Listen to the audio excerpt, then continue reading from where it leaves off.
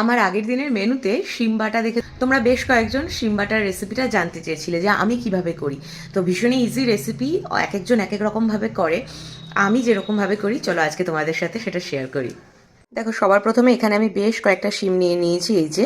আর দুপাশের বোটাগুলোকে কেটে যে আঁশটা থাকে দুপাশে সেটাকে এরকমভাবে বাদ দিয়ে দিয়েছি। দিয়ে এগুলোকে ভালো করে ধুয়ে নিয়েছি। এবার যেটা করতে হবে, এইগুলোকে আমি গরম জলে একটু হালকা করে ওই 2 থেকে 3 মিনিটের জন্য এটাকে একটু ভাপ দিয়ে নেব। এবার কড়াইতে দেখো ওই 1 চামচ মতো একটু সর্ষের তেল গরম করে তাতে দিয়ে দিলাম 2টো শুকনো লঙ্কা, 3টে কাঁচা লঙ্কা আর বেশ খানিকটা পরিমাণে রসুনের কোয়া। তবে লঙ্কাটা তোমরা তোমাদের ঝাল অনুযায়ী দিও, আমরা ঝাল বেশি খাই তাই একটু বেশি লঙ্কা দিলাম। একটু ভাজা ভাজা করে নেব।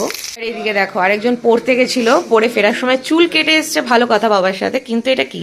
এটা হচ্ছে MUTTON মাটন। আজকে তো মাটন আনার কথা ছিল না, কালকেই চিকেন খেয়েছো।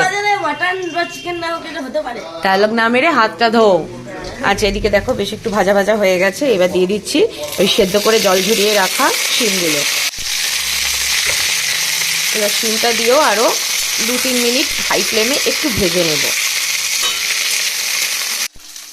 আর এই দেখো বেশ একটু ভাজা ভাজা হয়ে গেছে। আর এদিকে হয়েছে কি, রিওর সাথে কথা বলতে গিয়ে রসুনটা একটু বেশি ভাজা হয়ে গেছিল, সেই জন্য আমি রসুনটাকে তুলে নিয়েছি কড়াই থেকে, যাতে বেশি পুড়ে না যায়। বেশি পুড়ে গেলে পরে তিতকুটে লাগবে। এটা বেশ লালচে লালচে হয়ে গেছে, তুলে নিয়েছি। আর ভালো করে ভাজা হয়ে গেছে। এবার এই সবটাকেই আমি মিক্সিতে তুলে নেব। তেলটা একটুখানি চিপে নেব যাতে এক্সট্রা তেলটা বেরিয়ে যায়। আর এই যে তেলটা থাকছে কড়াইতে, এতেই কিন্তু পরের স্টেপটাও হয়ে যাবে করা। তো এইদিকে দেখো সবগুলো আমি মিক্সির বাটিতে ট্রান্সফার করে নিয়েছি। এবার এটা একটু ঠান্ডা হোক, কারণ গরম অবস্থায় বাটা ঠিক না, একটু ঠান্ডা হোক তারপরে বেটে নেবো। তোমরা চাইলে এই কাজটা শিলেও করতে পারো। আমি আগে শিলে বাটতাম, শিলে বাটার একটা আলাদা টেস্ট আসে, বাট এখন আমার পক্ষে সম্ভব না, তাই আমি মিক্সিতে পেস্ট করি। আরেকটা ব্যাপার হচ্ছে, এই মাটন আনার চক্করে এইদিকে দেখো আমি পালং শাক করবো বলে সমস্ত সবজি কেটে নিয়েছি। পালং শাক এখানে রয়েছে, মটরশুঁটিটা ছেলা বাকি ছিল শুধু। তো এখন মাটন এসে গেছে, শিম বাটা করছি, এদিকে দিদি ডাল ঢাল করে রেখে গেছে, তাই এখন আমাকে এগুলোকে সব আবার তুলে রেখে দিতে হবে। দেখি কালকে করবো পালং শাক, কারণ এত কিছু বানাবো যে খাবেটাকে, তারা এত কিছু খাবে না। মাটন পেলে তাদের আর কিছু লাগে না।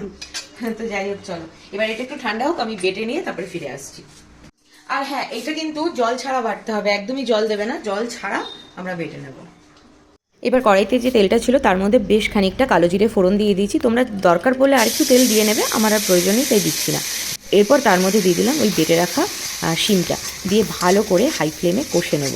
আর কষতে কষতে তার মধ্যে দিয়ে দেবো স্বাদ অনুযায়ী লবণ, সামান্য একটুখানি হলুদ আর ওই 1 চামচ মতো একটু চিনি দিয়ে সবটাকে খুব ভালো করে কিন্তু মিক্স করে নিতে হবে। আর নেড়ে চেড়ে বেশ ভাজা ভাজা করে এর ভেতরে যে হালকা জল জল ভাবটা সেটাকে টানিয়ে শুকনো করে নিতে হবে। অনেকে শুধু ভাপ দিয়ে নিয়ে তারপরে বেটে ডাইরেক্ট এর মধ্যে দিয়ে কষায়, তবে তার আগে যদি একবার ভেজে নাও শিমটাকে শুকনো লঙ্কা, কাঁচা লঙ্কা আর রসুন দিয়ে, তাহলে কিন্তু তার টেস্টটা আরও বেশি ভালো লাগে, যেরকম আমি করলাম।